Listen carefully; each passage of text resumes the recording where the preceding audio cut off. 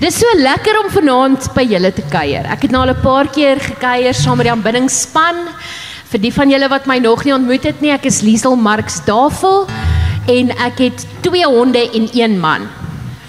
En my man is hier, Roan, so dit is baie lekker om vanaand so 'n bietjie met julle te kom gesels oor Worship 101. En ek weet Rick was verlede weekie by julle en hy het so 'n bietjie, neem ek aan, soos hy altyd my brein breek, het hy so 'n bietjie julle breine ook gebreek en dis so lekker om te sien dat so baie mense meer wil leer oor aanbidding. En voor ons aangaan, ek is net so bewus, toe Roan worship leier nou sê, dis nou die 3de aand wat dit verskriklik reën voor die aand. Toe vra ek vir die Here, hoekom? Obviously, dis reenseisoen.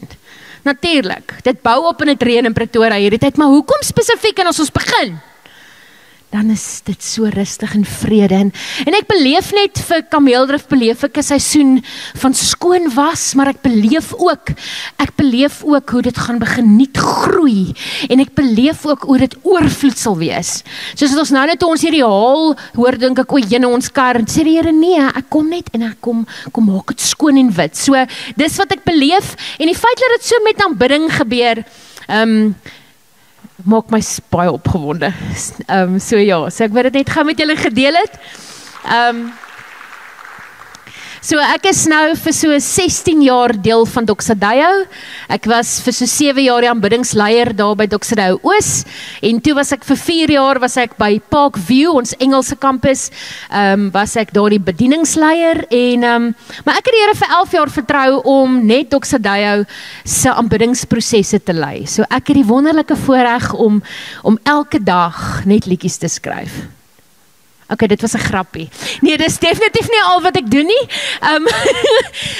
So waarmee ons besig is, julle sal weet, ons release songs en ons skryf en ons lei aanbiddingsleiers op, en ons het ook hierdie produk vir julle ontwikkel, en ons is baie opgewonde om te sien wat die Here daardeur gaan kom doen. So, die vraag wat ek die meeste kry, as ek so by van ons kampusse kuier, of as ander kerke ons nou kom vra, jy weet, wil julle nou nie vir ons kom wys, 'n bietjie kom leer hoe ons worship?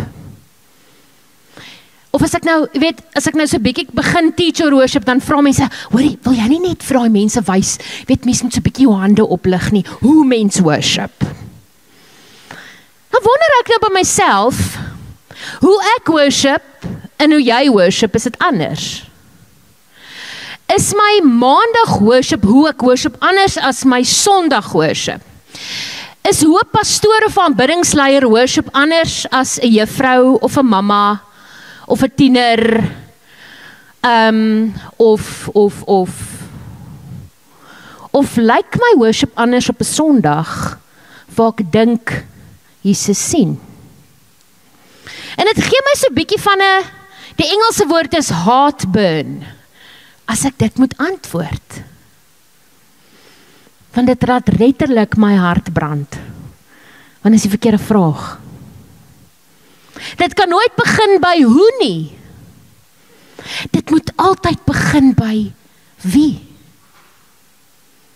Ons kan nooit met aanbidding begin met hoe nie. Dit moet altyd begin by wie, en dis Jesus. Ons aanbid Jesus. En dan sal die hoekom meer vir ons sin maak, en dan is die hoe 'n natuurlike uitvloeisel. Kan ek 'n amen kry op dit? So wat is aanbidding nie? Aanbidding is nie die musiek, die 4 liedjies wat ons doen op 'n Sondag nie. Aanbidding is nie 'n spesifieke musiekgenre of styl nie. Worship is nie waarmee ek gemaklik is nie. Ons het wel ons voorkeure, maar worship is nie waarmee ek en jy gemaklik is nie. En julle gaan nou gaan ek bietjie meer, en ek weet ek is nie in my eie kampus nie, maar so ek sê hierdie versigtig, want my hart is regtig nie om enigiemand vanaand te afronteer nie. Worship is ook nie voorsang of die voordiens nie. as ek by 'n kampus kuier of by enige ander gemeente of iets en die aanbidding begin en ouens drink nog koffie, dan is ek soos, Here, miskien het ons lanklaas verduidelik of regtig ons werk as aanbiddingsleiers goed gedoen. Waar mis ons dat mense verstaan dat ons kom van 'n plek van overflow van my weekse aanbidding? Kan ek nie wag om 'n Sondag saam te kom en saam met ander te aanbid nie. Ek kan nie wag nie. As hy countdown sê 3, 2, 1, dan sê ek, Here, ek loof en ek prys U. Maar dit is nie altyd die geval nie. Want as dit gaan oor Jesus, gaan ek nie ophou om te kan reageer op sy almag en sy genade en sy liefde en sy krag en sy kreatiwiteit en sy teenwoordigheid. En ek kan aangaan soos julle kan hoor, want dit gaan oor hom. Nou, as jy nou 'n definisie moes skryf oor wat aanbidding is, wat sal dit wees? Sê gou vir die ou daar langs jou, wat is aanbidding? Het jy al ooit in jou lewe 'n definisie probeer gee? So, sê gou vir die ou daar langs, en wat is jou definisie daarvan?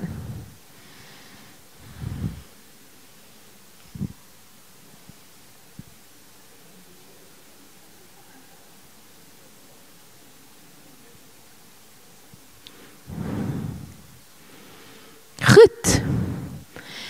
Ek dink daar's baie definisies, maar ek is iemand wat dit vir myself altyd probeer vereenvoudig. Dit moet maklik wees en dit moet maklik verstaanbaar wees. So my definisie is, die mees eenvoudige definisie is om te reageer op openbaring. Maar ek wil dit nog makliker maak. Ek wil dit nog meer eenvoudig maak. So wat is aanbidding? Om te reageer op wat ek sien. My vraag is, wat sien jy? My vraag is, hoe kyk jy? My vraag is, deur wie se oë kyk jy? Want dit gaan bepaal hoe jy reageer. Ek wil jy moet gou jou oë toemaak. En dan wil ek vir jou vra, kies gou jou gunsteling plek. Dalk was jy al daar, wat dalk het jy dit nog net op prentjies gesien.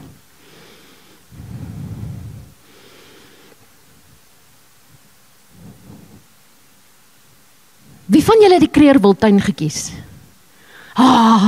Wie van julle het die Kaap gekies?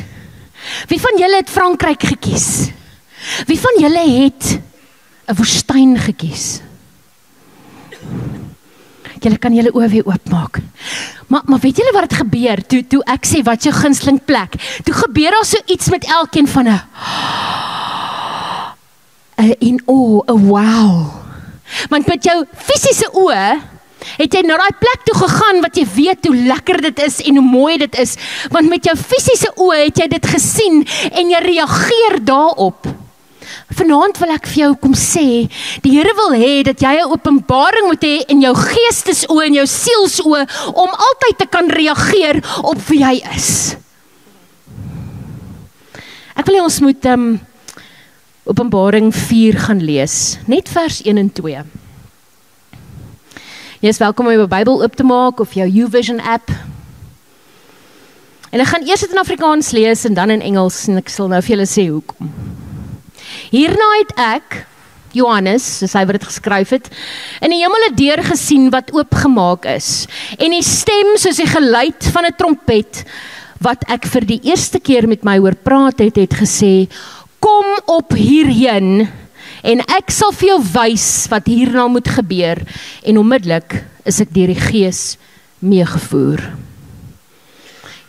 Die Engels in die Amplified Classic sê, after this. So iets het gebeur. Hierna, iets het gebeur. Ek gaan nou terug daarna verwys.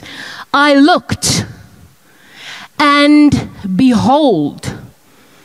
Ons het verlede jaar baie tyd spandeer in die hele Doxerhou familie om te weet wat behold beteken, maar hier gebeur net in 3 woorde, gebeur daar soveel wat Johannes aan ons wil openbaar. Hy sê, na iets gebeur het ek gesien. En toe het ek hom gesien en nog meer gesien en iets gesien wat belangrik is. In baie van die nuwe vertalings omtrent 80% sny hulle die woord behold uit. So hy sê, I looked, en toe het ek nog verder gesien. En wat het ek gesien? A door standing open in heaven. Hy sê toe nie, hy is oop.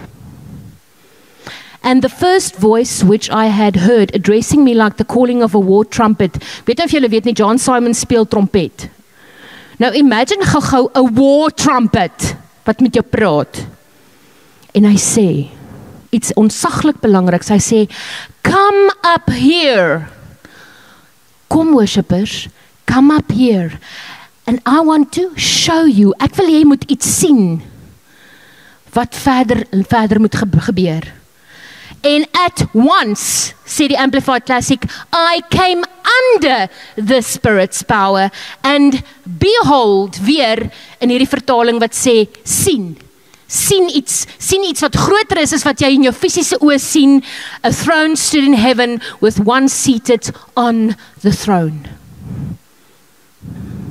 Afrikaans sê onmiddellik is ek deur die Gees meegevoer, en ek wil vanaand hê jy moet meegevoer word deur die Gees, maar jy moet ook iets anders verstaan van, as jy in daai dimensie wil sien, then you are under the Spirit, under the authority, and you follow Him, so that you can see in your spiritual eyes, want dan reageer jy anders. Ek sê altyd, come up here worshipers, come up here. Ons is almal worshipers, come up here worship leaders, sodat jy kan sien, soos Jesus wil hê jy moet sien. My vraag vanaand aan elkeen van ons is, hoe sien jy jouself? Hoe sien jy jou wederhelft? Hoe sien jy jou kinders? Hoe sien jy jou grootste achievement? Hoe sien jy jou grootste verlies? Hoe sien jy jou grootste droogmaak? Hoe sien jy hierdie land? Hoe sien jy jou besigheid? Hoe sien jy jou finansies? Hoe sien jy jou victories? Hoe sien jy jou beste eienskappe? Deur watter oë kyk jy? En hoe reageer jy daarop? Want dit gaan bepaal of jy aanbid of nie. Ek wil so ver gaan, is nie my notas nie, maar ek beleef ek moet sê, dit het bepaal wie jy aanbid. Ek het hier geskryf en ek het dit in Engels geskryf en ek het reg gesê, dis kameeldrift. Dis hy vir my skryf hierdie in Engels, want dit gaan dalk sagter oorkom. So ek gaan dit vir jou lees. Perhaps something is prohibiting your real sight. Perhaps I have become a bit short-sighted in the spirit. Perhaps I'm looking with the wrong lenses. Perhaps I've stopped looking, or perhaps I've never seen.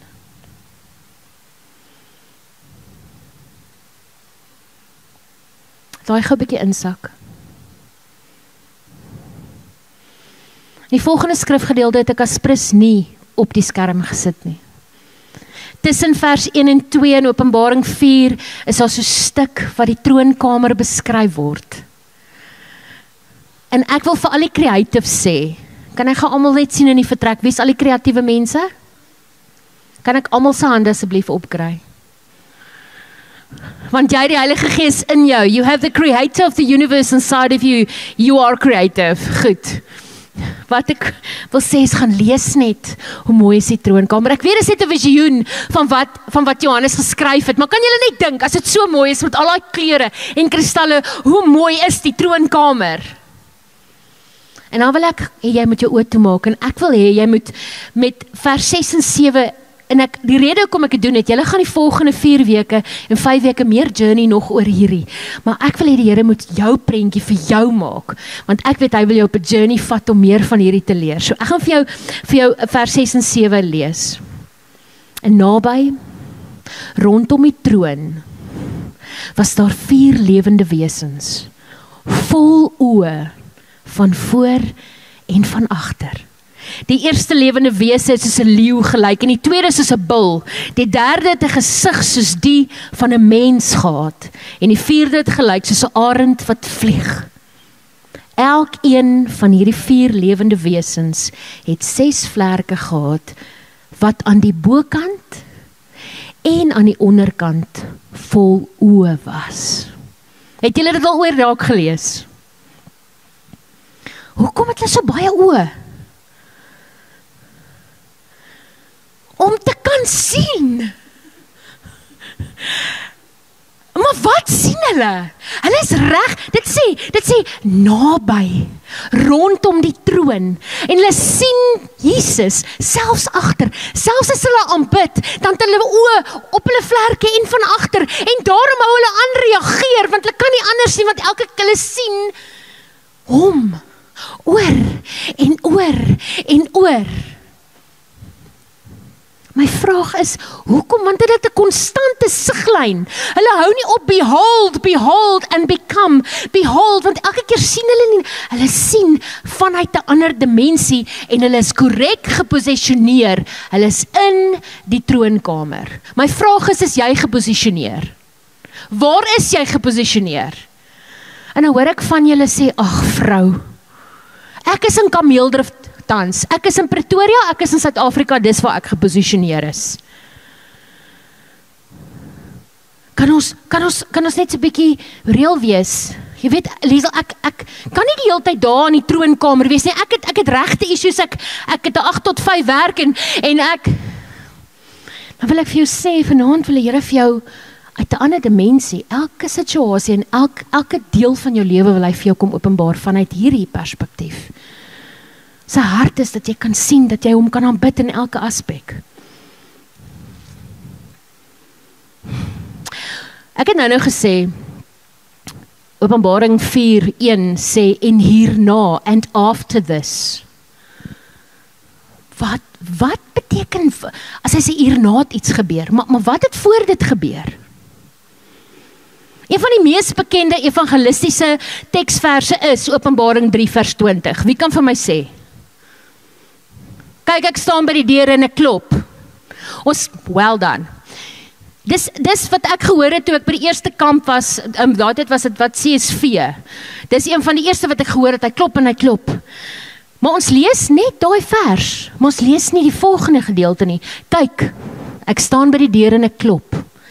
As iemand my stem hoor en die deur oopmaak, sal ek ingaan na hom toe en saam met hom maaltyd hou en hy met my. Aan hom, hier is die tweede deel, 21, aan hom wat oorwin sal ek gee om saam met my te sit op my troon, soos ek oorwin het en saam met my Vader op sy troon gaan sit het. Daar het 'n skuif plaasgevind, wat my en jou toegang gee tot daai troonkamer. Wat Johannes verstaan het, after Jesus' crucifixion. En hy kom sê vir jou, hy is so gentleman, hy sê nie, ek gaan nou hierdie deur oopmaak en ek gaan jou oortuig nie. Hy sê vir jou, ek gaan sagkens klop, ek gaan klop. En wanneer jy vir my die deur oopmaak, gaan ek vir jou nooi om na my troonkamer toe te kom, maar selfs, as jy oorwin het en gesê het, Jesus, ek kan vaar hier, ek sê U is my koning, om saam met my Vader op sy troon te gaan sit het. Wow. En dan net verder lees ons, die deur is oop van die troonkamer.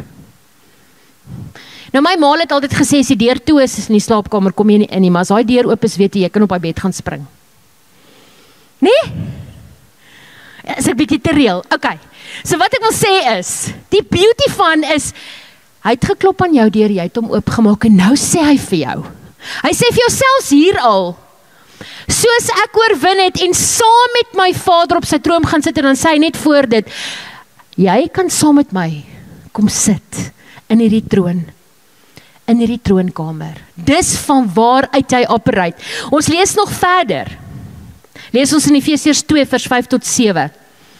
Even when we were dead, slain by our own shortcomings and trespasses, He made us alive together in fellowship and union with Christ. He gave us the very life of Christ Himself, the same new life with which He quickened Him, for it is by grace, His favor and mercy, which you did not deserve, that you are saved, delivered from judgment, and made partakers of Christ's salvation. And here's die vers.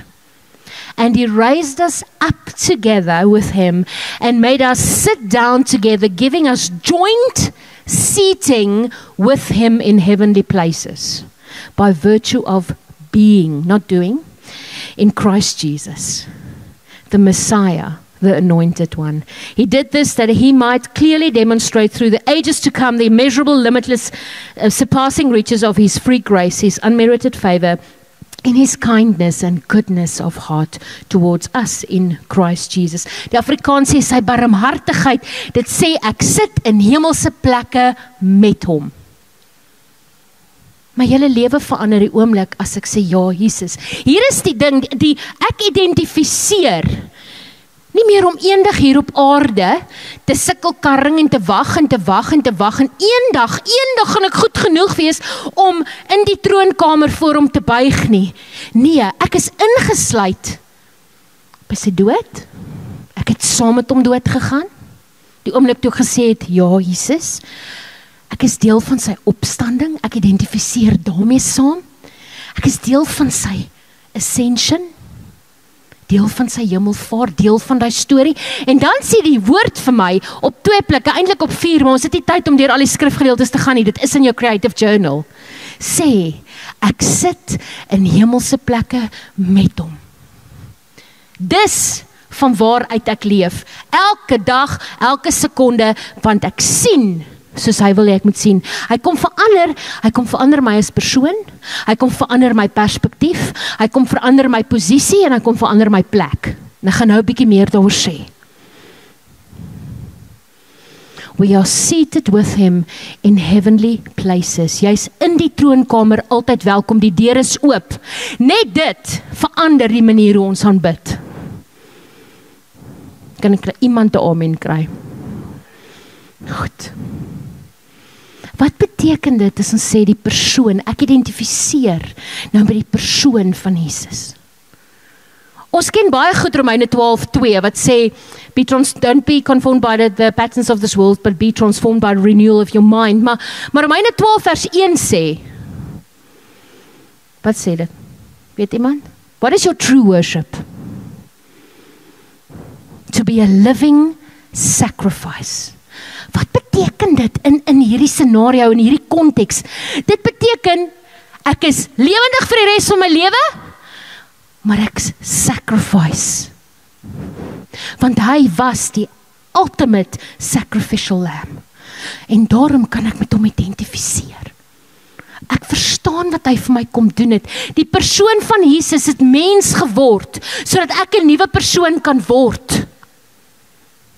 Dis die eerste ding, hoekom ek sê, persoon, jy verander, jou denke verander, want jy verstaan wat hy vir jou kom doen het. En in aanbidding, kom ek, and I come and I sacrifice myself. Elke keer as ek voor die troon kom, dan sê ek, Jesus, dankie dat ek vir ewig gaan lewe, maar dit wat nog nie belei nie, Here, kom sit ek neer voor die troon, I come and I say, I want to die of the things that's not from you, Lord God. Die tweede ene is sy opstanding.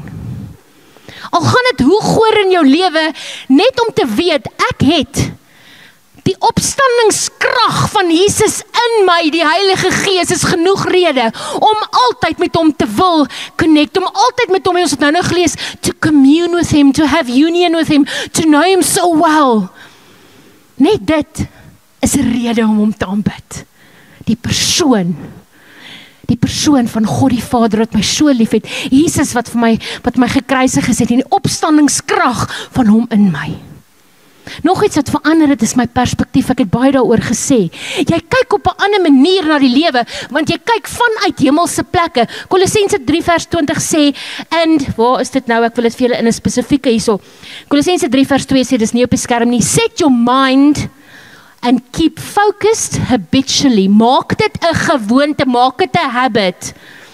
To set your things on the things above. Not on the things of the earth, which is of temporal value. Dan verander my perspektief, dis die volgende P. Maak nie saak wat in my finansies aangaan nie. Ek sê nie ons moet nie rentmeesters wees nie. Maak nie saak ter wat se moeilike tye ek gaan nie. Ek het 'n ander perspektief. My perspektief is vanuit wat Jesus sê op die troon, want ek operate vanuit daai plek. Dis die volgende iets wat ek wil sê. Kom ons gaan eers na posisie toe. Jou posisie het verander. Jy kom nie soos 'n wirimpie was ek al in die hemel. Ken julle daai simpel grap? Dis nie, ek is seker te oud vir dit. Van julle, toe maar jy's nou daar. Dis 'n stupid grap, maar dis so ons is. Ons kom en sê ons, jene, ek het nou droog gemaak en ek weet nou nie meer, jy weet, ek is nou hierdie sondaar en ek weet nie wat, ek weet nou nie, Jesus kan jou nie meer anders sien as dat wat hy gedoen het aan die kruis nie. Hy sien jou as heilig. Hy sien jou, die woord sê, you are the righteousness of God. Jou posisie het verander, wie jy is. Net dit laat jou anders hier instap op 'n Sondag en by die werk en jy aanbid hom op 'n ander manier, want jou posisie is anders. Ek sê vir al die girls altyd, sit jou kroon op, sissie. Jy's 'n prinses, you royalty. Jou bloed is sy bloed. Dis wanneer ons nagmaal vier, want hy het gekom en hy het ons kom skoon was. Wat noem ons postman Pat as hy sy werk verloor? Pat. Okay, dis ook 'n ou enetjie. Maar nou hier is die hartseer gedeelte. Ons almal lees, of die van ons wat nuus lees, Prins Andrew. Nee, hy is nou nie meer 'n prins nie, hy is nou net Andrew. Nee? As hy nou môreoggend wakker word, het hy ander bloed as wat koningin Elizabeth gehad het. Het hy nog steeds royal bloed in hom? Ja. So hulle kan hom stroop van alles. En ja, hy en die Here het definitief 'n bietjie gesels nodig. But that's not the point. Die punt wat ek wil maak is, al maak jy hoe droog, Jesus sien jou as the righteousness of God. Hy sien jou as heilig. Hy sien jou op geen ander manier as in die troonkamer nie. En dis die plek wat ons altyd vandaan aanbid. My vraag is, sien jy dit so? Kom ek op 'n Sondag en ek is so opgewonde, ek kan nie wag om dit uit te roep, saam met medegelowiges, saam met my boeties en sissies nie. Sit ek 'n kroon reg van daai sissie of daai boetie van my, wat nie meer dit hierdie glo nie. Jou plek het ook verander, ouens. Die troonkamer is jou huis. Dis jou first point of reference. Die troonkamer is jou tuiste. Dit sê in wat ons nou net gelees het, Openbaring 3 vers 20, en dit sê ook in van die ander vertalings in Efesiërs, jy kan op sy skoot op die troon gaan sit, want hy wil 'n verhouding met jou hê. So daai 4 P's wil ek hê moet onthou. Jy aanbid as 'n ander persoon, as gevolg van die persoon van Jesus. Jou perspektief het verander, want jy sien op 'n ander manier, under the authority of Holy Spirit. En is tyd dat ons mature Christene raak, wat leer wat dit is, om in hierdie gawes te operate. Die derde een is, jy het 'n ander posisie. En 3 en 4, jy operate van 'n ander plek. Set your minds on the things above. Maak nie saak wat in hier gebeur nie. En as jou mindset verander, dan lyk jou worship anders. Dan maak dit nie meer saak nie. Want dan leef jy elke dag as 'n aanbidder.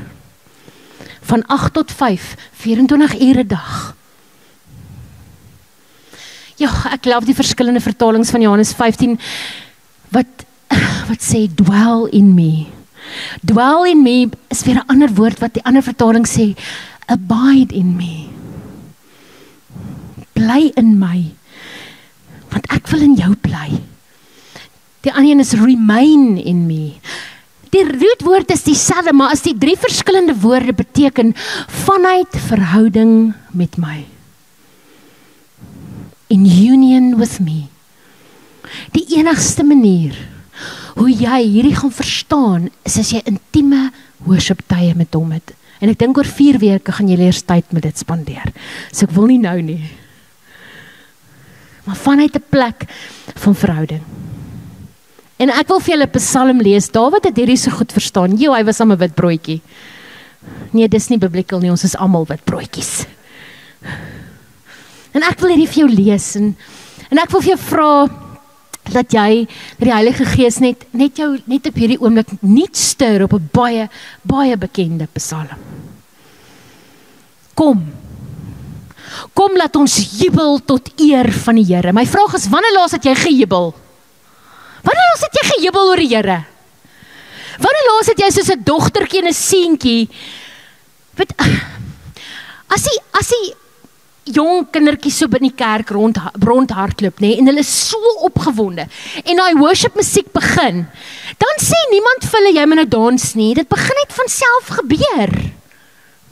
Al verstaan hulle nog nie eers waarmee ons besig is nie, is hulle gees besig om te resoneer met sy gees. Klein kindertjies wat hulle hande, en dan sê ons vir die kinders, staan stil nie, jy moet nie mense pla nie. My vraag is, die woord sê, jubel in hom. Want as jy verstaan daai vuur, en dat jy hom sien, en dat hy jou sien, en dat jou posisie en jou plek, en alles anders is in jou perspektief, dan gaan jy jubel, al is jy nie eers in die kerk nie.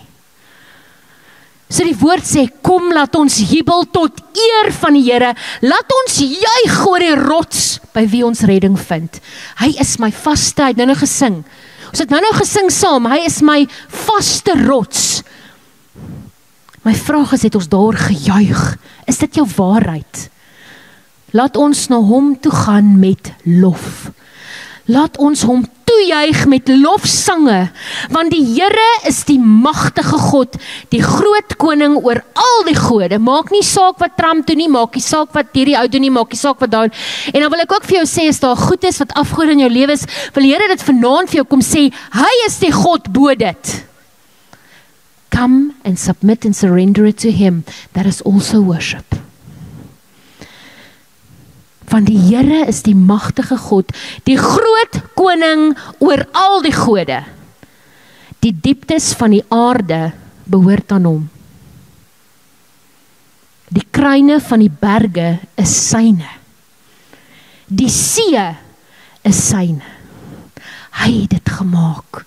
Daai mooi prentjie wat jy nou gesien het, al daai het hy gemaak. Kom ons val in eerbetoon voor hom neer. Kom ons buig. Kom ons kniel voor die Here ons Skepper. En nou hoor ek dit van julle sê, Liesel, ek is 'n introvert, jy weet, ek aanbid eintlik hier binne in my. Weet, ek is nie gemaklik om regtig expressive te wees nie. Ek wil jou uitdaag. Ek wil jou uitdaag, dat is jy nog nooit voor die Here neergeval het hom, of net, dis wat hier staan, en as jy nie woorde het nie, net voor hom neer te val, of voor hom te buig, sê ek nou vir jou, jy gaan 'n nuwe openbaring kry van wie hy is, en wat hy deur jou lewe wil kom doen. Dit staan hier met 'n rede. Dis nie net daai tyd, net Dawid wat dit gedoen het nie. Eer betoon. Maak nie saak wat ander mense dink nie. Ek en jy moet op 'n plek kom wat ons vreesloos en in vryheid hom aanbid vir wie hy is. Die een wat elke asemteug in jou kom inbou het, die een wat vir jou lewe gegee het, die een wat jou die ewige lewe gegee het, die een wat jou posisie en jou perspektief kom verander het, die een wat vir jou sê, ek en jy is altyd welkom as sy dogter en sy seun. Kom ons val in eerbetoon voor hom neer, kom ons buig. Kom ons kniel voor die Here ons Skepper. Hy is ons God en ons is sy volk, sy kudde, sy skape en deur sy hand versorg. En so kan ons deur 150 psalms lees, wat die waarheid vir ons wys. Hierdie was liedjies, ouens, hierdie is wat hulle gebruik het om die Here te aanbid, en ek wil jou uitdaag, as jy ernstig is oor aanbidding, vat een psalm en spandeer 'n maand op hom. Die Here gaan oor en oor en oor jou laat reageer op iets nuut, van wat het is om hom te aanbid.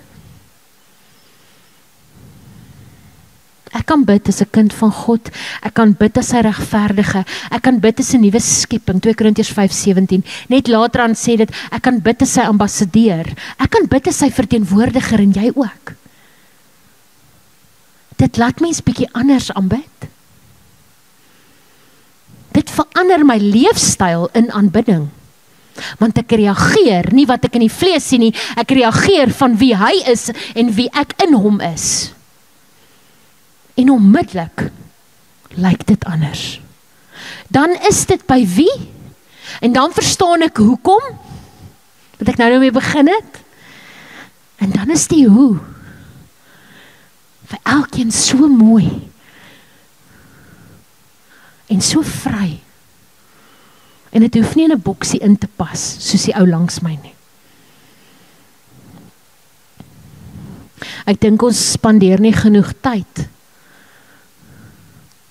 met hom, met die verstaan dat ons in die troonkamer is nie.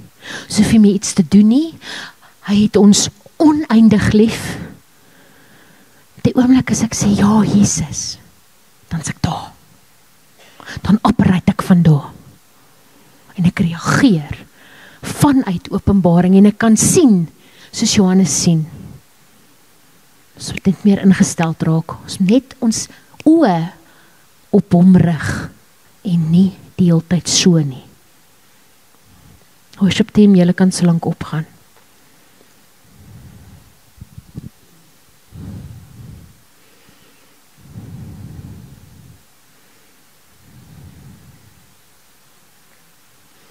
When we worship, wanneer ons aanbid, dan is ons besig om sy waarheid in ons gees in te sing. En soms is ons breine en ons oë nog nie reg daarvoor nie, maar dan sing ons in ons gees die waarheid in. Baie keer sal die aanbiddingsleier oor en oor en oor dieselfde sing, en dan dink jy, kan hierdie ou nou net asseblief ophou, I've got it. Maybe you don't. Miskien wil die Here op 'n donderdag vir jou kom herinner, toe jy daai ding die 3de keer gesing het iets in jou gees kom indrap, wat jou verstand of jou oë nog nie verstaan het nie. En in daai oomblik, dan weet jy om te reageer op openbaring. Dis my hartsbegeerte, dat ons elke dag sal reageer op die openbaring van wie hy is, wat hy kom doen het. En dat ek nie eendag gaan ek kan reageer daarop nie, dat ek elke sekonde van elke dag kan reageer, want ek is in sy teenwoordigheid en ek is in die troonkamer. Dis die plek van waar ek operate, dis die plek van waaraf uit ek leef.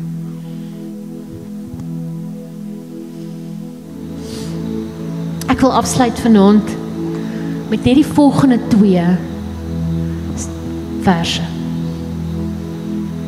Openbaring 4:8-11 sê, and day and night they never stop saying, Holy, holy, holy is the Lord Almighty, omnipotent, who was, go with me, jy kan dit saam met my sê, who is and who is to come. And whenever the living creatures offer glory and honor and thanksgiving to him who sits on the throne, who lives forever and ever through the eternities of eternities, the 24 elders, the members of the heavenly Sanhedrin, fall before him who is sitting on the throne, and they worship him who lives forever and ever, and they throw down their crowns before the throne, crying out, worthy are you, O Lord and God, to receive the glory and the honor and the dominion, for you created all things. By your will they were brought into being and were created. Amen. En ek wil vanaand vir jou sê, as jy 'n kroon het, wat jy op jou eie kop gesit het, wat nie van hom af is nie, sit hom vanaand voor die troon neer. Die Here wil iets nuuts aan jou kom openbaar. As jy nog nooit die vrymoedigheid gehad het om te kniel nie, wil ek jou uitdaag vanaand, dat die Heilige Gees jou in hierdie oomblik lei, om op 'n nuwe manier, vanuit hoe jy hom sien, te reageer, op nuwe openbaring. En dan wil ek jou ook uitnooi, om nagmaal te gebruik, met 'n nuwe perspektief. Sy bloed het vir ons gevloei. Sy liggaam is vir ons gebreek, sodat ek en jy aanbidders kan wees van die Koning van Konings, dogters en seuns van die koning van konings, dat ons met vrymoedigheid vanuit die troonkamer altyd hom kan aanbid. So reageer vanaand net op hom. Hy wil dalk op 'n nuwe manier vanaand met jou praat. Maak jou gees oop. Vanuit die verstaan van nuwe perspektief. 'n Nuwe plek. Nuwe posisie. En die persoon van Jesus Christus. Amen.